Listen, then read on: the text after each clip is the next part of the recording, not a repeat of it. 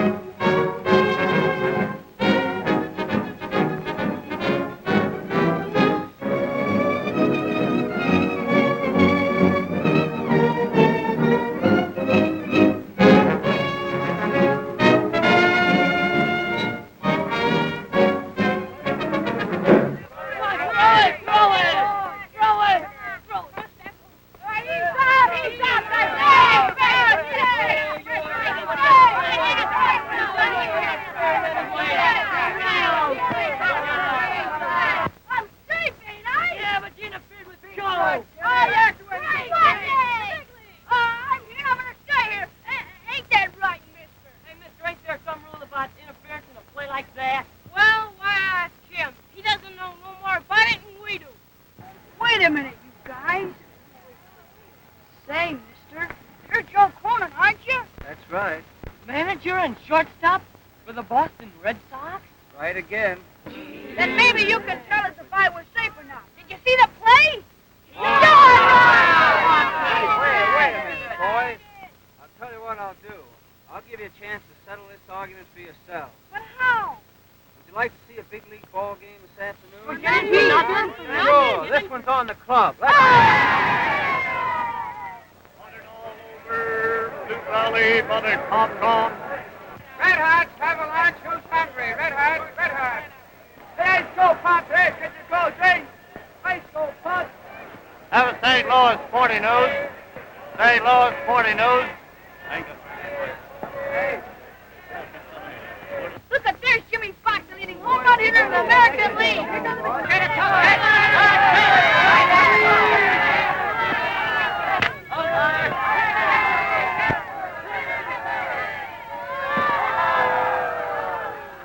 Gee, look at this swell play Luke Kaplan made. Whoa, I wish I could play like that. Gee whiz, Teddy Lyons is sure pitching a peach of a game. Think you'll ever be able to pitch like that, Willie?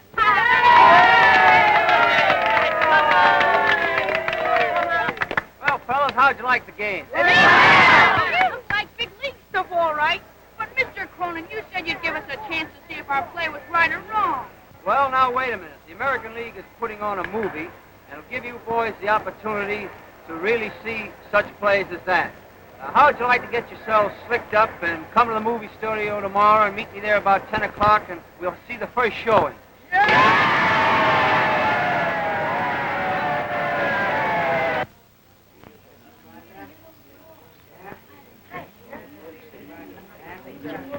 You all set, boys? Yeah. Well, let's go.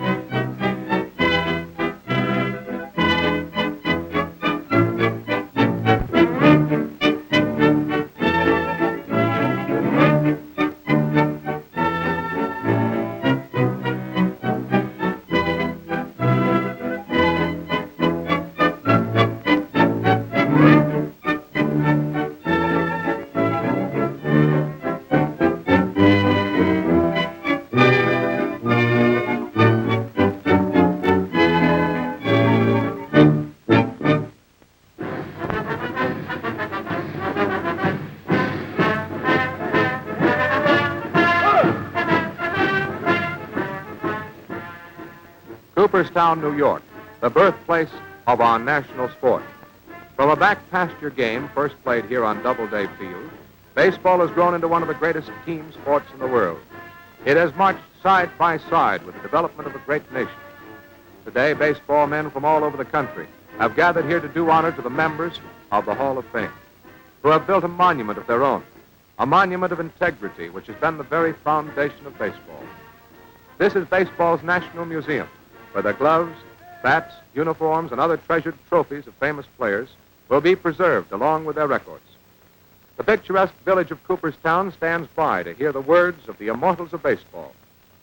The High Commissioner of Baseball, Judge Landis, makes the dedication. To the 13 pioneers who were the moving spirits of the game in its infancy, and to the 12 players who've been nominated to the Hall of Fame by the Baseball Writers Association, we pay tribute, just tribute. But I should like, and I think all these immortals of baseball would agree with me, to dedicate this museum to all America, to lovers of good sportsmanship, healthy body, keen mind, for those are the principles of baseball.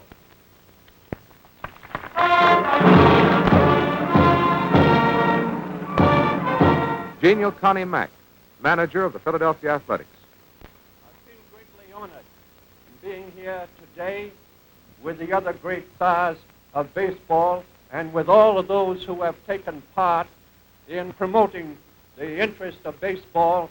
And I am quite positive that in the years to come that we can look forward to our game still progressing due to the...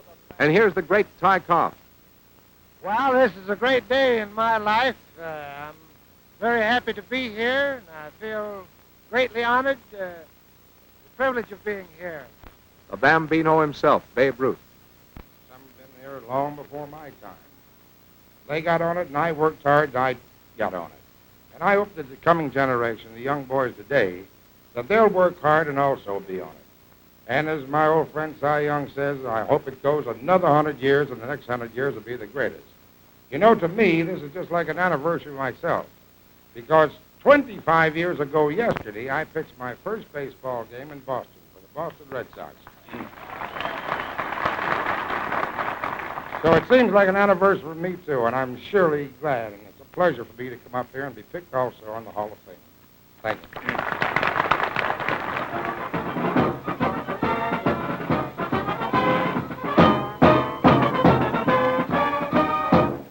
Eddie Collins, a member of the Hall of Fame, chats with Charlie Gehringer of the Detroit Tigers. Charlie, I only hope that you can look forward to this day when you're going to be up here in the same capacity that I've had the good fortune to be in today. I know there's no one more deserving than you, and I'm sure your time is coming. And I hope you'll get as big a kick out of it as I've got out of it today. Good luck to you. Thank you, Eddie. I know you're deserving of it. I hope I only don't have to wait another 100 years. Walter Johnson, George Sisler, Christy Mathewson, Honus Wagner. Truly great names to head this scroll of honor, soon to be joined by the great players of today. Some of them will come from these American League clubs. Fenway Park, the Boston Red Sox, where Babe Ruth first became famous. Cleveland Stadium, home of the Indians, who have many promising young players.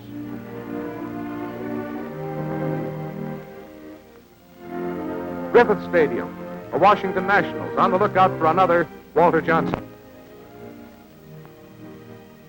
Sportsman's Park, home of the St. Louis Browns, who have already sent George Sisler.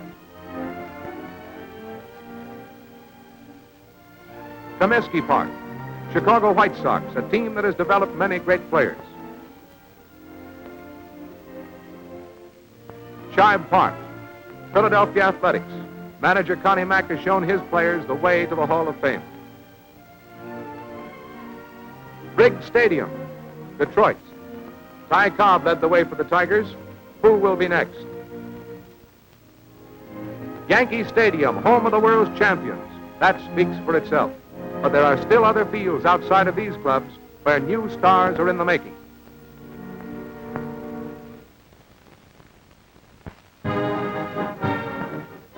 Here's another source of names for baseball's Hall of Fame. This year, 500,000 American Legion junior baseball players are striving for these same honors. Some of the members of the American Legion Post 209, Akron, Ohio. Commander, William Harridge, president of the American League, and our club owners have sent me over here to Akron, Ohio to witness your American League junior baseball festivities. And I'm sent here with a message from all of them that we are behind the American Legion baseball plan 100%. We are proud to state that more than 25 boys, graduates of the American Legion baseball, are now playing in the major leagues. The Legion adopts the motto, it pays to play. Commander, the only thing I can say in conclusion conclusion here is that we all hope that many more of these boys, such as are playing out here today on this diamond, will wend their way through the channels of professional baseball up into the major leagues. Boys, we hope a lot of you make the grade. With organizations like Legion Baseball, every boy has an opportunity to make good. In Cleveland, another friend of the youngsters, the Cleveland Amateur Baseball Federation. There are two of our hometown boys who are among the 11, the only 11 immortals of baseball, who have done a great good for us insofar as providing our funds are concerned from year to year. Those two are none other than Tris Speaker and Larry Lajoie. And on behalf of the Cleveland Baseball Federation, I want to present a little token with this inscription, both reading the same, presented to Tris Speaker of Baseball's Hall of Fame, in appreciation of the examples you have left the Sandlot Kiddies during the pioneer days when you were helping to make baseball our national pastime. To them, you are both teacher and hero. Here you are, Tris, and here you are, Larry. Well, Larry, you know this has been a great day for us, or at least it has for me, and I know that you've appreciated being down here for these boys. This hospitalization fund has been a great thing. I've had a great deal of pleasure in working with the committee of the Cleveland Federation of Baseball, and I do appreciate this great privilege.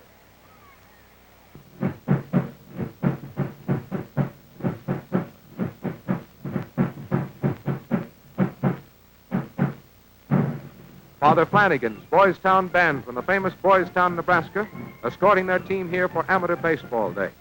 They are here to play a picked team from Palmerdale. And here's the friend of every boy, Father Flanagan. We are here to celebrate with Cleveland Sandlot's 100th anniversary baseball. Naturally, we have always been baseball-minded and football-minded at Boys Town. With this thought in mind, I recommend to American fathers and mothers that they should raise their voices in endeavoring to secure for our American children greater facilities for playing sandlot baseball, because it pays to play. The crack of the bats, another strikeout, sensational stops, the slide for the base, thrills galore. That's baseball, a game that calls for physical courage, good health, and clean fun. Baseball is one game that is fun to practice. By playing the game, these boys develop a quality of sportsmanship and courage that will play an important part of their life. With eyes like a giant periscope, the motion picture camera now takes you around the big league diamonds for the highlights of the season, with the compliments of the Kellogg Company of Battle Creek, Michigan, and the American League of Professional Baseball Clubs. In the American League each year, a new crop of freshman stars appear. Just another sound reason why the game of baseball will go on, as brilliant youngsters replace those who already have made a name for themselves and the game. Here we present some of the new finds of the league, who will set new pitching, batting, and fielding records for future youngsters to shoot at. Charlie Keller, World Series hero, and Atlee Donald, who set a new league freshman pitching record. Ted Williams, who packs a Babe Ruth wallop in that bat of his, with Jimmy Tabor, who played a bang-up game around the hot corner, third base to you. Barney McCoskey and Benny McCoy, two up-and-coming youngsters of the Detroit Tigers, who appear headed for stardom. Jack Kramer, youthful right-hand pitcher for the St. Louis Browns.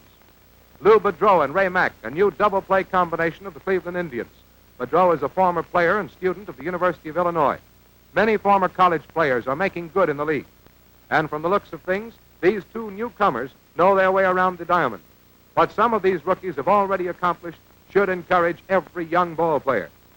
And speaking of fast action around the Keystone sack, introducing the clever double-play combination of the New York Yankees, Frank Crosetti and Joe Flash Gordon. All right, boys, tell us about a few important plays around second base. The second baseman and shortstop, much like the pitcher and catcher, must team together more often than any other players on the diamond. That's why Joe and I try to have an understanding where each of us will be in case a play comes up around a Keystone sack. First, we give the signal who is to cover the bag on attempted steal. Then we move in a couple steps when the double play is in sight.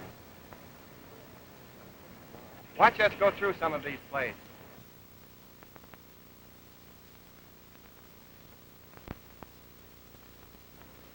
Learn to play the ball. Don't allow the ball to play you. That's right, Frank. One thing all infielders should remember and practice, learn to play the ball. Don't allow the ball to play you. When coming into field a ground ball, the shortstop should practice throwing slow hits in one motion. Having a good throwing arm and to be able to throw accurately with either underhand, sidearm, or overhand is necessary. In this play, the infielder keeps his glove as close to the ground as possible, his eye following the ball until it has settled in his glove. The slow-motion camera analyzes the finished style of Joe Gordon. Coming in to play the ball, he never lifts his head, as the last bounce of the ball might be a bad hop. Hands close to the ground, eyes on the ball. In this manner, his hands and arms can come up from such a position much more quickly than they could be thrust downward on a bad bounce or a scooting grounder.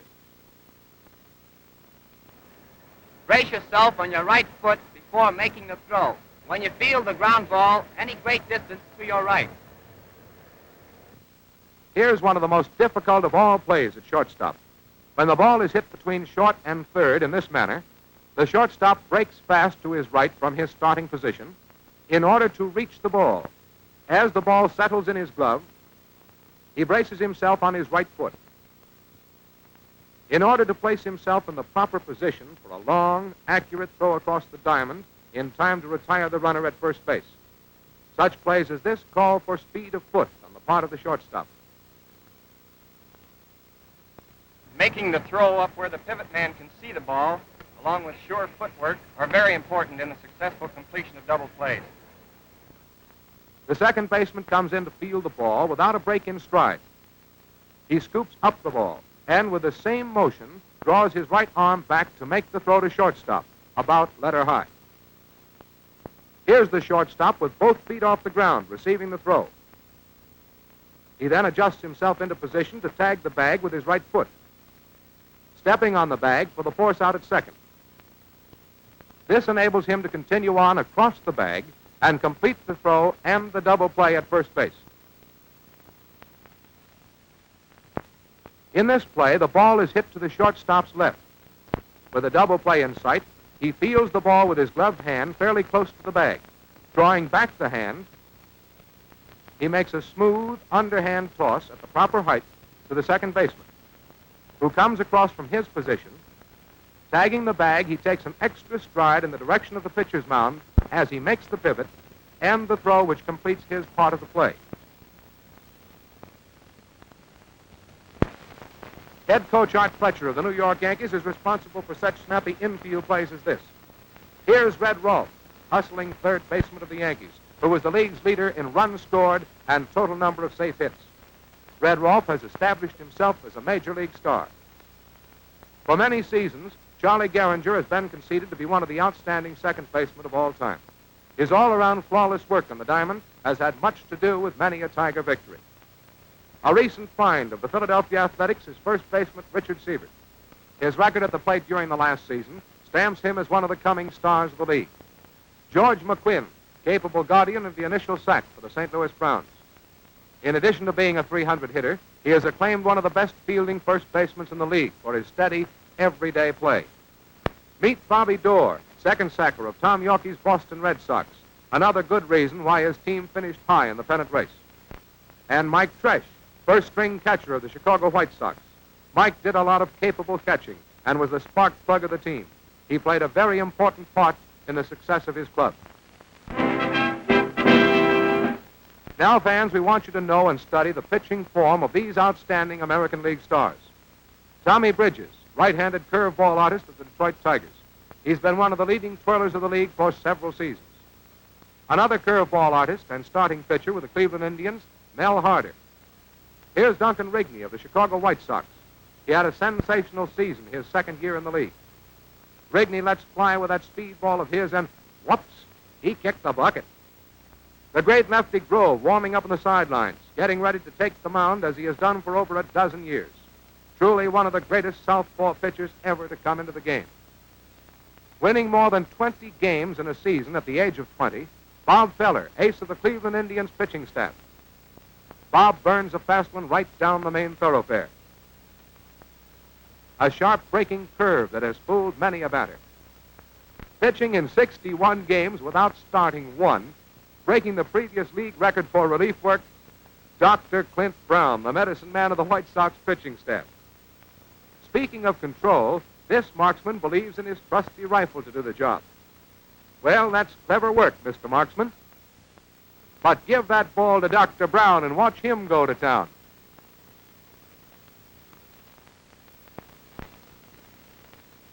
Looks like your control is off there, mister. That's better.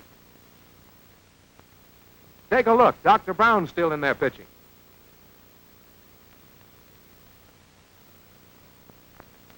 Three out of four. Not a bad average. You're hitting .750. And one more bullseye for the doctor. Down she goes. And that's a pretty good average in any man's league. But it looks like a perfect day for Clint Brown. Control is the answer. The New York Yankees have won many a game with Charles Red Ruffing, a man with exceptional pitching form. During the past 4 years, he has won 20 or more games each season. In World Series play, he's won 5 games and lost only 1. At the start of the windup, a natural swinging position of the pitching arm is necessary for any type of delivery. With this comes the all-important coordination of mind and muscle. Take notice at this point, the stride has taken place a split second before the pitch. When the hand reaches the back of the head, the weight starts to transfer forward, but the pitching arm and shoulders still remain behind the center of your balance. This gives proper pitching balance and a perfect follow-through. There are 2 fundamentals you must follow. First, the stride forward takes place. Then the arm and the pitch follow. But wrist action is the most important factor in getting stuff on the ball. Here is where snap and whip of the wrist come into play. At this point, the wrist is just starting to move into the cocked position, just like a spring. From this position, the wrist unwinds as the ball is released. Having a good fastball or a high hard one, as big leaguers have long nicknamed this pitch, is accomplished with free arm movement. The breaking of the wrist at this point can develop a hop on your fastball or add a sharp break to your curve. Young ball players should study and practice some of these fundamentals in order to improve their playing ability. Emil Dutch Leonard of the Washington Nationals. Well, they say that the knuckleball pitch comes under the classification of a freak delivery. But I have worked hard to perfect the knuckleball, and I believe that I have mastered it to a certain extent. Almost every batter has a slight weakness, so I try pitching to spots. This enables me to pitch fewer balls and aid my control. A 20-game winner shows the peculiar knuckleball grip as he delivers the pitch. Watch this knuckleball. It might rightly be termed an airplane pitch, for sometimes it takes off and then goes into a nosedive. Going slowly into the windup, the knuckleball artist Leonard clenches his knuckles firmly against the ball for the proper grip. As it leaves his hand, you can almost count the number of stitches that hold the seams together as the ball does a sort of curtsy on the way to the plate.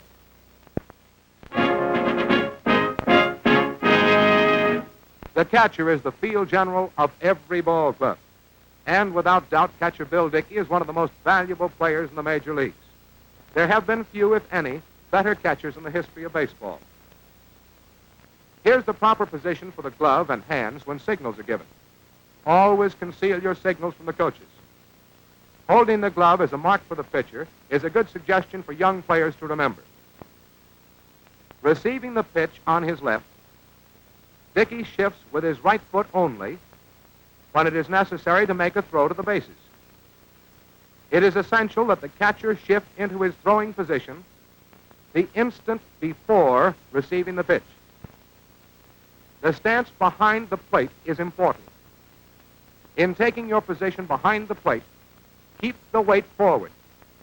At this point, the left foot is advanced somewhat ahead of the right. In throwing, the arm should never drop below the waist and never be raised higher than the head. A straight overhand throw with speed and accuracy should be practiced. The value of properly interpreted signals is of great importance to every ball club. The third base coach forms an essential part in the success of any team. He must make split-second decisions that will change the entire result of the score. Here's Billy Webb, third base coach of the White Sox, who will show how he passes signals on to the hitters. In this case, with a count 3 balls and 1 strike on the batter, he looks to the coach for the signal. Please, Mr. Coach, can I hit this cripple? The coach flashes the hit sign by hiding his left hand, which is the hit signal for the batter. Jackie Hayes, White Sox second baseman, hits one hard, deep to the right of the shortstop, beats it out for a safe hit. Perhaps the greatest offensive play in baseball is the hit-and-run play. It is generally used when the batter has the pitcher in the hole. With the count 2 balls and 1 strike, the batter looks to the coach for the sign. All right, fans, see if you can pick the sign. The coach goes through many movements with his hands to mislead the opposing team. Here it is. Placing his right foot in the far corner of the coach's box is the signal for the batter to put on the hit-and-run play on the following pitch. The batter receives the signal, and Joe Cool pulls his cap with his left hand, hitting the plate with the bat at the same time, signaling the runner at first base. Here's a perfect execution of the hit-and-run play. The hitter singled into right field, sending the base runner from first to third. The coach is getting ready to give another signal with the feet spread apart. The steal sign is given to the runner at first base, who is off with the pitch, sliding in safely as the ball gets away from the second baseman. Every so often around third base way, the traffic goes through the red lights. Right now, we could use a traffic officer instead of a coach. Get out of here. This bag belongs to me.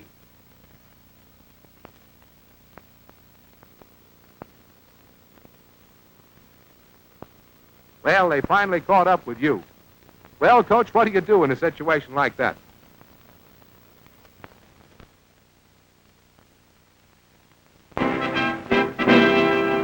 Action, speed with thrills aplenty. There's baseball in victory or defeat.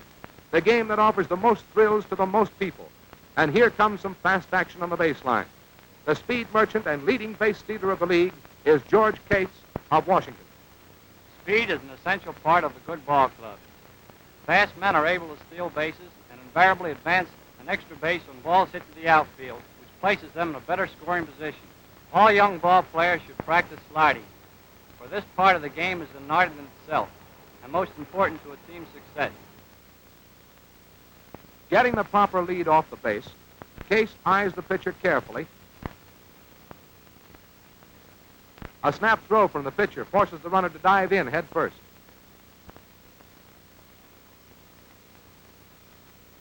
He is away in perfect rhythm with a fall-away slide. The right leg is bent under. In reaching the bag, the left foot is raised in the air to avoid injury.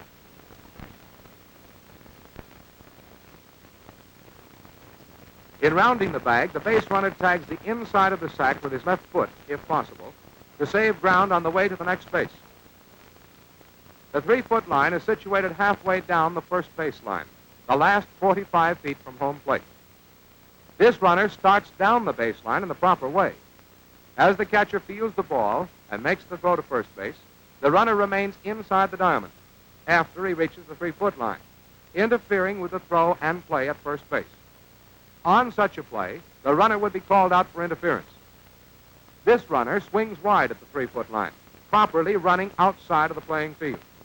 You're right, George. Base running and speed are essential parts of all ball clubs. Hits mean runs, and runs mean victories. There's plenty of power at the plate in the American League. Now we present some of the leading hitters of the league who will go through some of the fundamentals necessary to successful batting. And here, fans, is one fellow who packs a tremendous wallop at the plate. Mike Krivich, star center fielder for the White Sox, selects his favorite war club from the bat rack. Here comes one right down his alley. And there it goes on an expedition to Mars as little Mike just gallops over the turf. That drive was well travel stained.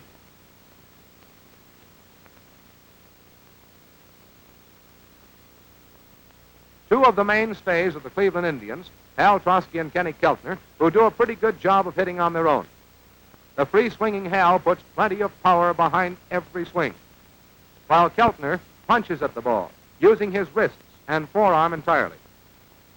Bob Johnson, outfielder of the Philadelphia Athletics, for the 5th straight year, has driven in 100 runs or more. Bob finished 3rd in the league batting. He strides forward with the necessary balance, completely relaxed, until he swings hard and fast. The hit at the pitch, the body pivot, and there is a job well done. Watch Rudy York, powerful slugger of the Tigers. Eyeing the pitcher carefully, he strides forward, a split second before the start of the swing. This is a necessary fundamental, which enables him to obtain perfect timing when the speed of the pitch is changed. Jimmy Fox of the Boston Red Sox. I follow the pitch until sometimes I actually see the ball hit the bat. Starting your stride slightly ahead of your swing is essential in order to get the proper timing in case the pitcher should change the speed of the ball. That with fast wrist action is about all you need to make a good hitter. With the bat remaining back off the shoulder, Jimmy strides forward. He has a somewhat longer stride than the average big leaguer, with the right knee bent, hitting against a left leg that is held straight and firm. The left arm is also kept straight when hitting the ball for additional driving power. This gangling youngster of the Boston Red Sox, Ted Williams, was the league leader in runs batted in. As bat hits ball, the right leg is held fairly straight. He spins around like a top to complete the follow-through, which leaves him wound up like a corkscrew. But that's where he gets his tremendous power. Charlie Keller takes his position at the plate. A wide stance, bat off the shoulder, held back, waiting for the pitch. This is important, hitting from a comfortable position with the arms and elbows away from the body. A swing parallel with the ground, with the finish of the follow-through much the same as these other stars. The forward leg kept braced, bending the rear leg for the required relaxation. It isn't very often that a player the likes of this one comes along. Joe DiMaggio, the league leader in batting and voted the most valuable player in the American League. Joe also uses a wide spread of the feet. A very short stride follows for proper timing of the pitch. Notice all of these batting stars complete the stride before the bat starts forward to meet the ball. Yes, Joe, there's plenty of concentration, snap, and power put into those wrists and arms of yours. There, friends, the slow-motion camera has analyzed the style of the 6 leading hitters of the league.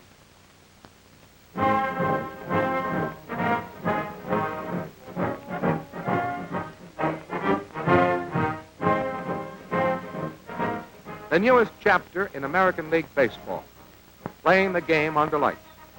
Night baseball has proved itself a winner with the fans at Shibe Park, Philadelphia, whose Athletics were the first American League team to play at night. Cleveland Indians were the next to install night baseball. And here we see the newest installation of a modern lighting plant at Comiskey Park for Chicago White Sox. 8 lighting towers shoot up into the sky, 6 of them 145 feet high, carrying 768 floodlights. 144 million candle power in night lighting will shine down on the playing field at Comiskey Park. 18 giant transformers are required to supply the current for this huge circle of lights. The opening night game at the Cleveland Stadium, home of the Indians, who will have a worthy opponent for the occasion in the Detroit Tigers. This night baseball is just the thing for fellas like us, because it gives us a chance to get out and see the home team play. We can get behind it now, sure enough. And during the summer months, well, it gives us a chance to see a game now and then. So I'm all for it. President William Harridge of the American League and Alva Bradley, owner of the Indians. Bradley, I want to congratulate you on your efforts in installing the lights in Cleveland. Glad to be here for the first night, and believe you have made a great move in the right direction in having night baseball in your city. Well, Mr. Harridge, it's something that our public demanded. Personally, I believe that night baseball is something that the major leagues have needed, but it's here to stay, and it's going to be a great asset to all of us. Let's hear what some of the players think about night baseball. Buck Newsom and Tommy Bridges of Detroit. Well, Tommy, I see now the lights have turned on for the first night game here in Cleveland, and it looks like they might have a pretty good plan. You had pretty good luck at your first night game, didn't you, Tommy? Well, as far as I'm concerned, under the lights, Buck, up to date, they're all right. I happened to get by that first one. Al Trosky and Kenny Keltner of Cleveland. Well, here we are playing our first night baseball game in Cleveland. Ken, what do you think about this night baseball? Do you think you'll like it as well as playing in the daytime? Well, Hal, the way they got it now, it looks like we're going to have to play night baseball, and I think the way they have things lighted up now, it's going to be all right. And the ball game is on as the first player grounds out to the infield. The players appear a frisky lot and put on plenty of speed and action for the more than 50,000 fans to witness this game played under the arc lights. Earl Averill, a former teammate, gets the only safe hit of the ball game off the pitching of Bob Feller to spoil the no-hit record of this youthful Cleveland pitcher. Night baseball quickly wins the approval of both fans and players and is well established. Thousands have turned out for these games in Philadelphia, Cleveland, and Chicago.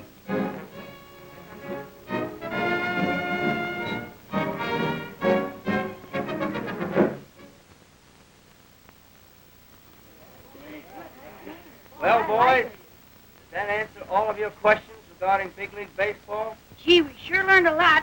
Now we can play like real big leaguers, huh, fellas? How'd you like it, Willie?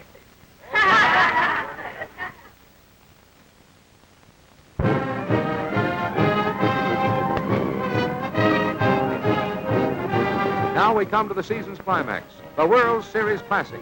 The stands are one great blur of humanity as the two champions of the year in their respective leagues meet for the title, the Cincinnati Reds and the New York Yankees. Hundreds of newspapermen from all parts of the land are on hand to cover the series for their papers. The rival managers, Joe McCarthy and Bill McKechnie, have a word or two together. Charlie Ruffing and Paul Derringer were the starting pitchers for the first game in New York, where the Yankees victors by a score of 2-1. Monty Pearson and Bucky Walters were pitted against one another in the second game. The score ending Yankees 4, Reds nothing. The third game takes us to Cincinnati, where we see the umpires and managers in a huddle at the home plate going over the ground rules. Just before the game starts, Joe McCarthy and coaches are keeping a sharp eye on things as the Cincinnati players leave the bench to take their positions on the diamond for the first inning of play. After Crosetti had walked and Rolfe was retired, Keller walloped Derringer's first pitch for a non-stop flight around the bases as the ball settled behind the screen in the right field bleachers. This put the Yankees out in front by a score of 2-0. With two men out following Goodman's single, McCormick slammed the first pitch into right field for a safe hit, Goodman taking third on the hit. Lombardi hit the next pitch cleanly into center for a single. Goodman scores run number 1 for the Reds. Going into the last half of the ninth with one man out, the Yankees leading 7-3, Fry walked. Goodman again singled to right, Fry stopping at second. McCormick lined to Keller in right field for the second out of the inning, both runners holding their bases. When Hirschberger hit a high fly to right field, the old ball game was shipwrecked for the Reds. The Yanks made it 3 straight with a score of 7-3. And then came the fourth and what proved to be the final game of the series. In the 6th inning, with a score 0-0, after Sundra had walked, one man out, Goodman dropped Crosetti's fly close to the line in right field, but recovered it in time to force Sundra at second base. In the first half of the 7th, Keller banged one of Paul Derringer's pitches on a tour to other lands to put the Yanks out in front for the first score of the ball game.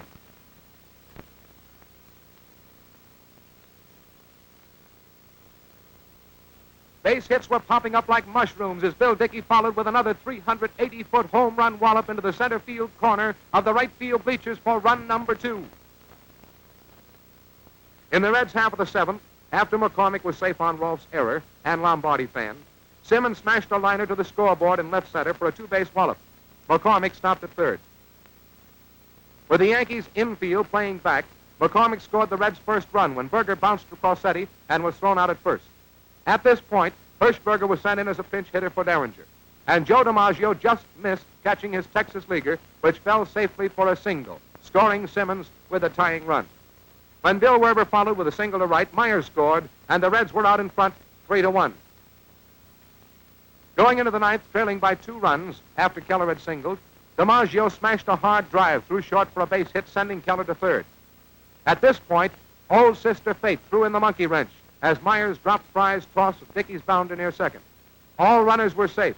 Keller scoring run number 3 for the Yankees. This was the turning point of the ball game. Selkirk followed with a line drive to Goodman in deep right, DiMaggio tagging up and going over to third after catch. Joe Gordon then hit a hard drive ground ball down the third baseline for a single. Werber made a nice play on a throw to the plate. DiMaggio sliding in safely, however, with a tying run of the game. The first of the 10th. The score tied 4 apiece. Crosetti had walked. Keller was safe on Myers' fumble. DiMaggio lined a single to right. Crosetti scored. Keller then headed for home, and as he spun Lombardi around, the ball dropped out of his glove. Wait a minute, here comes that man again. Joe DiMaggio hits terra firma like a comet with a graceful fall-away slide to his left. Flips the corner of the plate with his right toe for the third run to score on this play. Well, there seems to be some doubt about you tagging the plate there, Joe. Umpire Pinelli was right. Joe's foot is right on the home dish, which puts the Yankees in a 7-4 lead. The last of the 10th, with Goodman and McCormick on base as a result of singles. 2 men out. Wally Berger lined to Crosetti, and the Yankees were champions of the baseball world for the 4th consecutive year under the able leadership of Joe McCarthy. An all-time major league record. Well, fans, there you have the story of baseball. It's been a full season with new records established by youngsters and by hearty veterans. We'll be back again for a visit with you next year with another vivid behind-the-scenes story of baseball. This production has been made possible through the cooperation of the club owners, managers, and players of the American League of Professional Baseball Clubs and the Kellogg Company of Battle Creek, Michigan, the makers of Kellogg's Corn Flakes. The original has the signature of W.K. Kellogg. Crisp, fresh, delicious, flavored as only Kellogg knows how. This year, Charlie Keller climbed the ladder of fame in one zoom. Who will be the stars of future World Series classics? Will it be Ted Williams of Boston, Rudy York of Detroit, Mike Krivich of Chicago, Bob Feller of Cleveland? Fans, you make your choice of the World Series stars of the future.